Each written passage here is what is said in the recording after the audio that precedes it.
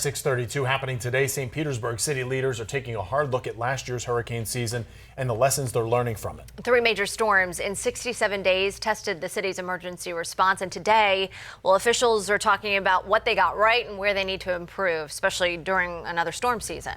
10 Tampa Bay's Nick Valtero live for us in St. Pete right now. And Nick, this is a thorough breakdown of strengths and weaknesses.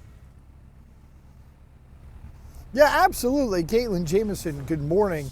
And like you said, you can look at the numbers really all you want, but this isn't just about stats. It's really about strategy. Now, city leaders are taking a hard look, really reviewing everything along the lines of how the city responded to those 3 major storms and really making adjustments and seeing what needs to change before the next one. And those 3 storms, we're talking about Debbie, Helene, Milton, and the city's response to those, that included 430 water rescues, 43,000 structures checked, 2.1 million cubic yards of debris removed. The city waived $2.5 million in permit fees, paused utility shutoffs and late fees, and worked with local haulers to complete over 2,000 pickups. But the report also flags problems. Debris operations between agencies, they say, were pretty disjointed. The city needs more high water vehicles, and the damage assessment process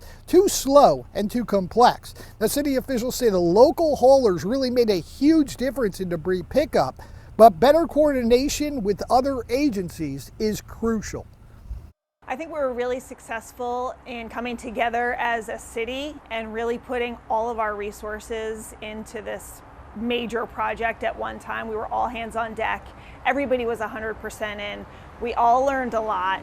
We learned a lot on how to be proactive and educate the community ahead of time, as well as what resources to have in our back pocket should another experience like this occur.